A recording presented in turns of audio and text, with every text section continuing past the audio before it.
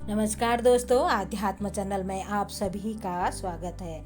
आज मैं आपको एक ऐसे देवता की बात बताऊंगी जो स्वर्ग से धरती पर आए थे और वो धरती पर किस आशा से आए थे, इसके बारे में भी आपको बताऊंगी। और जब धरती पे देवता आए थे तो मनुष्य ने उनके साथ किस तरीके का व्यवहार करा, इसके बाद भी बताऊंगी। और देवता किस आशा से इस धरती पर उतरे थे, तो उनका स्वागत किस तरीके से होगा और उनका आदर सत्कार कैसे होगा और उनके मन में कितनी खुशियाँ आएंगी। तो देवता सारी अपने साथ तमन्नाएं लेके आए थे कि हमारे धरती में जाएंगे तो हमारा खूब आदर सत्कार होगा। तो दोस्तों, अब उनके साथ क्या होता है, यहाँ पर किस देवता की पूजा होती है धरती में, तो इसके बारे में ही मैं आज आपको बताऊंगी। एक बार स्वर्ग के देवता धरती पर विचरण करने आए थे, तो उन्होंने इस आशा से आए थे कि धरती पर हम अगर निवास करेंगे तो उनका पूरा वहाँ पर स्वागत होगा, उनकी आदर खादरी होगी और उनका सत्कार होगा। तो उन दिनों क्या था कि खेतों में बहुत अनाज लहरा रहा था, पौधे उग रहे थे और कलियाँ बालियाँ आ रही थी। तो लोग उन्हें देखकर काफ़ी फूले न समा रहे थे। उनको बहुत अच्छा लग रहा था कि उनकी धरती में अनाज उगा हुआ है, उनकी मेहनत सफल हुई है। तो वो चारों ओर से मस्ती उनके यहाँ छाई हुई थी, जहाँ देखो वहाँ उत्सव मनाया जा रहा था।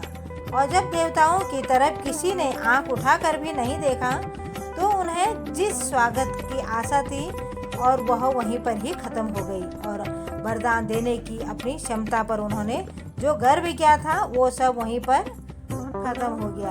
वे सोचते थे कि अभावग्रस्त मनुष्य को उनकी अनुकंपा प्राप्त करने के लिए बहुत गिड़गिड़ाएंगे और उनके सामने आएंगे कि हमारी ये दशा हुई है, हमारी कृपा हमें पर कृपा कीजिए और हमारी इच्छाओं को पूरी कीजिए और वहाँ हम मनोकामना इनकी पूर्ण करेंगे और हम इनको आशीर्वाद देंगे। इस तरह की वो सोच लेके धरती पर उतरे थे। तो देवता इसी में हम आनंद लेंगे, पृथ्वी पर इस तरीके के लिए हम आए थे।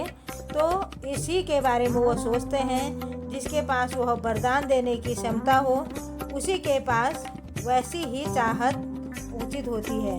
तो जब देवता निराश लौटने लगे तो उन्होंने पहले धरती माता से पूछा कि तुम्हारे पुत्र किस उपलब्धि के हर्ष विभोर हो रहे हैं, ये हमसे कोई ऐसी इच्छा क्यों नहीं कर रहे हैं कि हम उनको को आशीर्वाद दें। भगवान धरती पर उतरे हुए हैं, तो ऐसे हमसे वो दूर दूर क्यों भाग रहे हैं। तो धरती माता इतने में धरती माता कहती है, आइए महाराज पधारिए।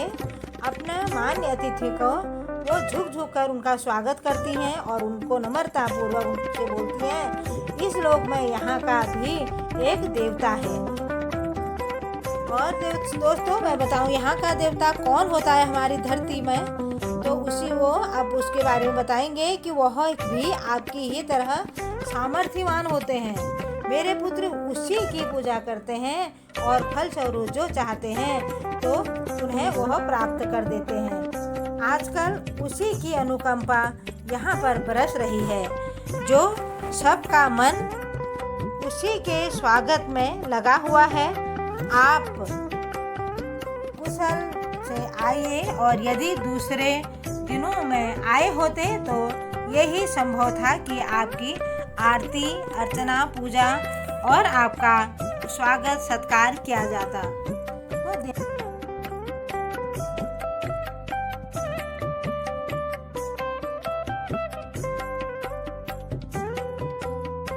कि कोई देवता ऐसे बसता है और वह हम लोगों की तरह ही सामर्थ्यवान है, ऐसा हमें अब तक विदित नहीं था। यदि ऐसा है तो ये है कौन, उसका नाम बताओ और उसका हमें स्थान भी दिखाओ। तो धरती माता मुस्कुराते हुए कहती है, उसने एक मनुष्य को पास बुलाया और उसकी हथेली दिखाते हुए कहा, वह देवता यहाँ रहता है, खेत खेत में उसी की विभूति बिखरी पड़ी है। मेरे सब पुत्रों का भरण पोषण उसी के द्वारा होता है। श्री और समृद्धि, सफलता और प्रगति सभी कुछ तो उससे मिलता है। हथेली में रहने वाला, न दिखने वाला और इतनी विभूतियाँ अधिपति भला कौन देवता होगा। स्वर्ग के पधारे वाले अतिथियों के लिए यह एक पहेली थी। उसे सुलझा सके तो पूछने लगे, देवी जरा स्पष्ट से बताओ कि उसका नाम रूप तो बता दीजिए। धरती माता ने छाती गर्व से तन के कहा। उसने कहा कि वह देवता है श्रम।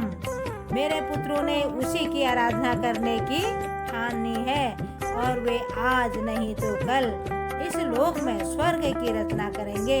खेत खेत की हरियाली के रूप में यह श्रम की लहर लहराती हुई है और जहाँ भी इस देवता की अर्चना पूजा होगी वहाँ विभूतियाँ हाथ बांध कर आ खड़ी हो जाएंगी। जहाँ श्रम की पूजा होती है वहाँ कोई ऐसी कमी नहीं रह सकती जिसके लिए देवताओं को कष्ट करना पड़े।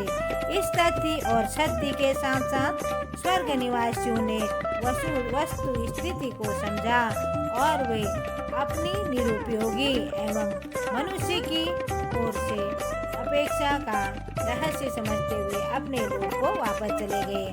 धन्यवाद।